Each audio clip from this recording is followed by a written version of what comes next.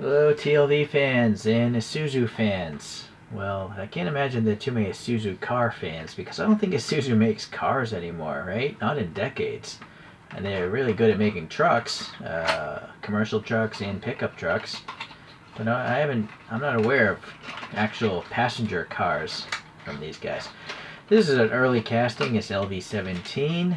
I don't know if they have a date on these. I think some of the older boxes, they do date them. Yeah, 2005 is what it's saying there. Sorry, it's out of focus there. Whatever.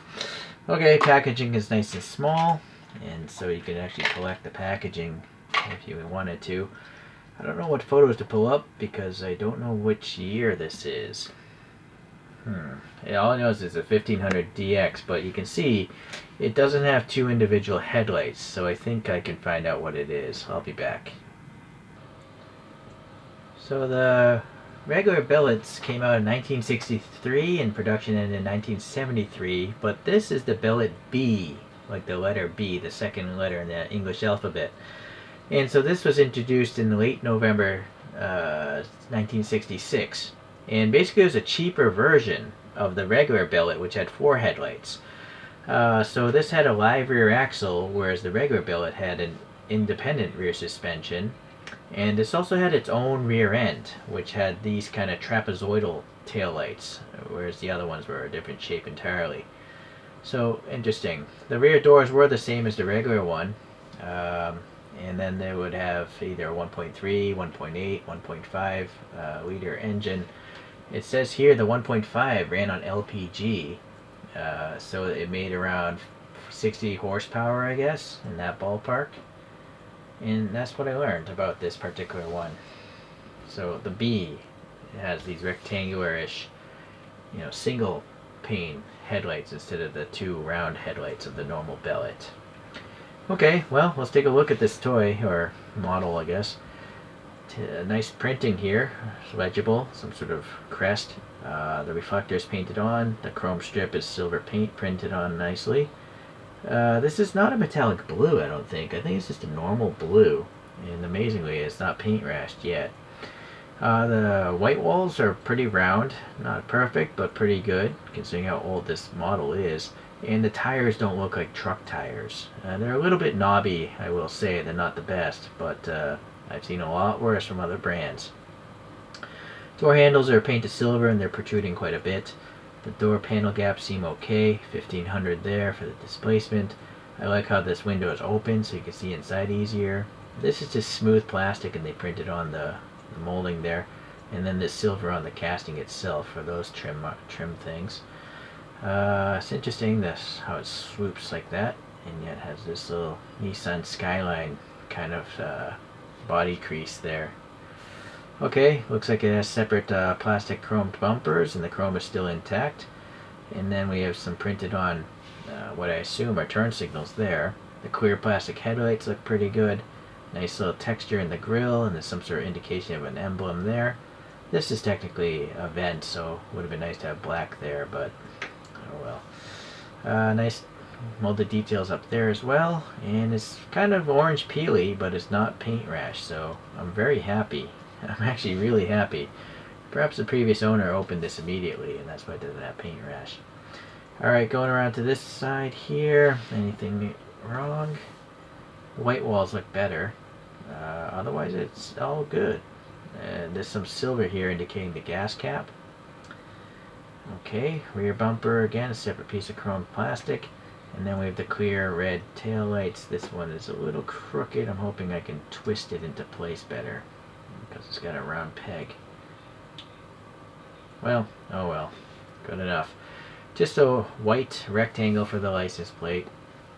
And then it does say deluxe there and is quite legible. Seems good enough.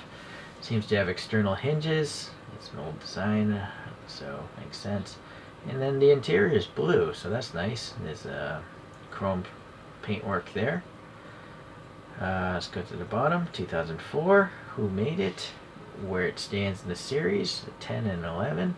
Scale and what it is. It would be nice if it said Bellett B. It's quite a distinguishing feature from the other Bellets. So unfortunately it's press fit together, so modding it, wheel swaps, painting the interior or something else would be difficult. No real treads per se. The wheels look like hubcaps, and that's the way they are on the real car, so not bad. Okay, the interior was, I think we're gonna need a flashlight. It's too dark in there, even though it's blue. Okay, well, black dashboard, some round gauges molded in, the center console, maybe some HVAC and stereos. The steering wheel looks all retro, cool. Seats have nice rib textures, door panels, yep. Wind down windows, yeah, armrest thing, that side, same thing. So all in all, pretty good. Does it have suspension? Yeah, it does. And then there's a TLV, so I think all TLVs roll. It rolls very smooth, actually. Silent. Too nice to roll down a Hot Wheels track, in my opinion. Okay, well, all in all, pretty good. Oh, wiper blades. So those are just printed on. That is not so good, but it is from 2004. Alright, time for some automotive history for Isuzu. The predecessor was called the Hillman Minx, so I think it has some relation to England. This is LV-25, and this was made between 53 to 64. So that's the predecessor, and clearly a whole different era of styling. Here's another Bellett, which it just says Bellett, LV-10.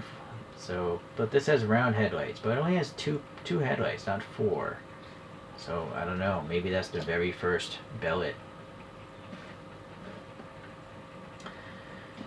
And then this is the one non-TLV. It's a Dido of the 1600 Bellett GTR, and you'll see the treads here. Dido, no suspension, steel wheels, open windows, plastic lights, all 6 of them.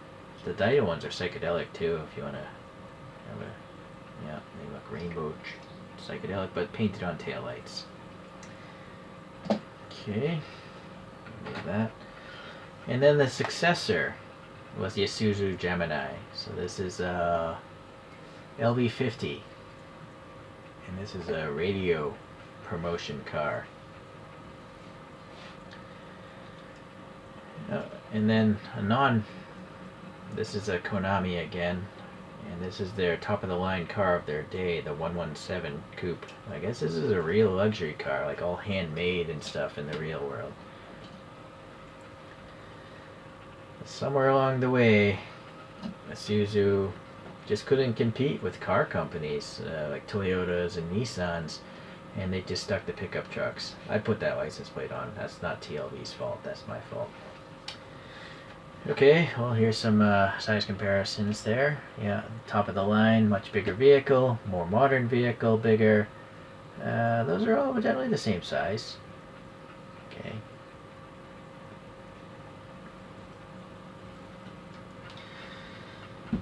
So, interesting. Never thought I'd be collecting Isuzus in 1/64 scale, but that's the one redeeming thing about TLV.